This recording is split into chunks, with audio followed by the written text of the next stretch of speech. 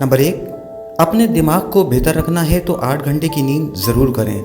Number 2, अगर आप अपने मैदे को बेहतरीन रखना चाहते हैं तो ठंडी चीज़ों से परहेज़ करें। नंबर 3, अगर आप अपने जिगर को बेहतरीन रखना चाहते हैं तो बाज़ारी खाना और फास्ट फूड बंद कर दें। नंबर 4, अगर आप अपने गुर्दों को बेहतरीन रखना चाहते हैं तो सोने से पहले बाथरूम से फारिग हो लिया करें। नंबर 5, अगर आप अपने मसाने को बेहतरीन रखना चाहते हैं तो कच्चा प्याज इस्तेमाल करें। नंबर 6, अगर आप अपेंडिक्स से बचना चाहते हैं तो नींबू का रस इस्तेमाल करें। नंबर 7, अगर आप अपने गले का ख्याल रखना चाहते हैं तो खाने में काली मिर्च का इस्तेमाल करें।